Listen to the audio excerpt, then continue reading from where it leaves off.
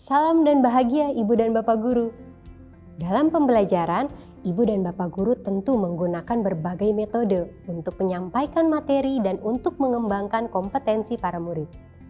Tapi, pernahkah Ibu dan Bapak menghadapi situasi di mana para murid menguasai materi ajar dengan baik, namun masih mengalami kendala dalam menggunakannya secara kontekstual dalam memecahkan masalah sehari-hari?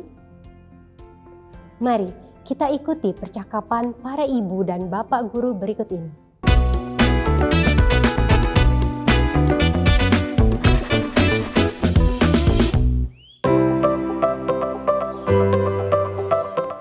Tahun ajaran baru sudah diambang pintu.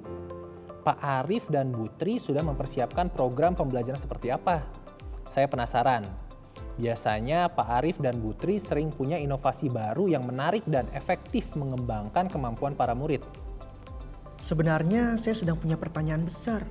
Apakah yang saya ajarkan sekarang akan bermanfaat bagi para murid kelak? Mengingat begitu cepat dan pesatnya perubahan di dunia saat ini. Betul, Pak. Murid-murid perlu menumbuhkan kompetensi dan karakter yang dibutuhkan di abad 21 ini. Keterampilan-keterampilan ini akan mendukung mereka dalam menghadapi berbagai tantangan di masa depan. Ya. Saya pernah baca tentang keterampilan abad 21. Cakupannya luas juga. Tidak hanya keterampilan berpikir kritis dan literasi, tapi juga keterampilan sosial. Keterampilan kognitif bukanlah yang utama, tapi jadi komponen pendukung.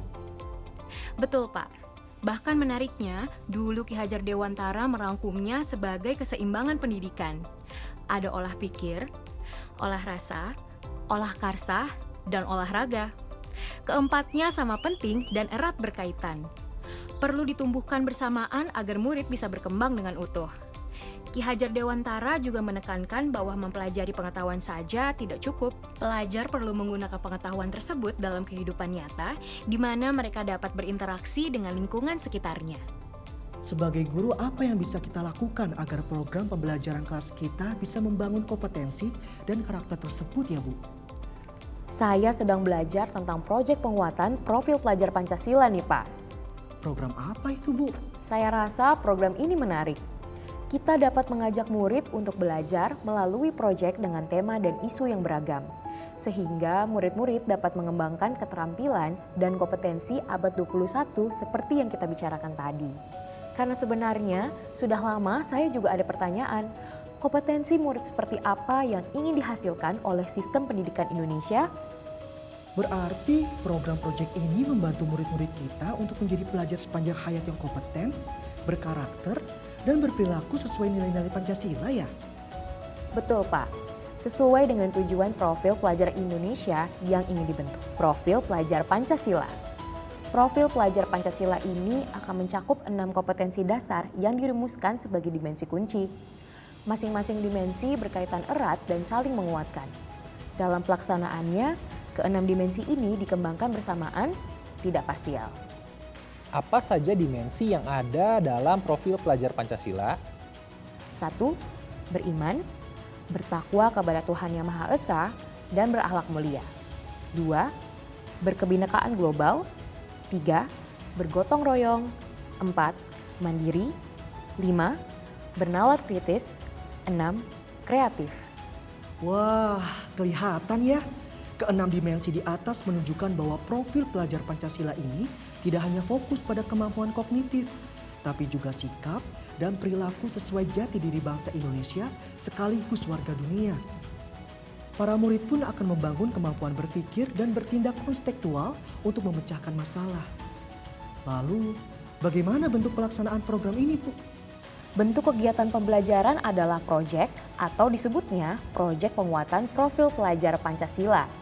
Dalam praktiknya, proyek ini merupakan pembelajaran lintas disiplin ilmu untuk mengamati dan memikirkan solusi terhadap permasalahan di lingkungan sekitarnya. Kalau begitu, proyek ini didesain agar murid dapat melakukan investigasi, memecahkan masalah, dan mengambil keputusan ya, Bu?